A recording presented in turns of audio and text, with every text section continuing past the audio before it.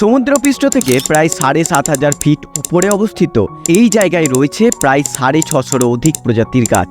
কথা বলছি ভারতবর্ষের তামিলনাড়ু রাজ্যের জনপ্রিয় পর্যটন কেন্দ্র উটির বোটানিক্যাল গার্ডেনের।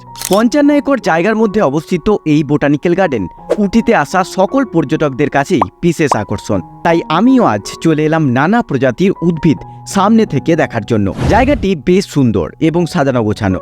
ওই গ্লাস হাউসটার ভিতরেই রয়েছে নানা প্রজাতির ফুলের গাছ। চলো সেটাই দেখে আসি। দেখতেই পাচ্ছ সারি সারি টবে কত রকমের ফুল রয়েছে।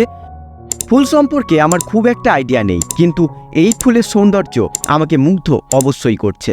গ্লাস হাউস থেকে বেরিয়েই চলে এলাম ক্যাকটাস গার্ডেন দেখতে। কি অপূর্ব সুন্দর গাছ দিয়ে এই ভারতবর্ষের মানচিত্রটি তৈরি করা হয়েছে দেখো।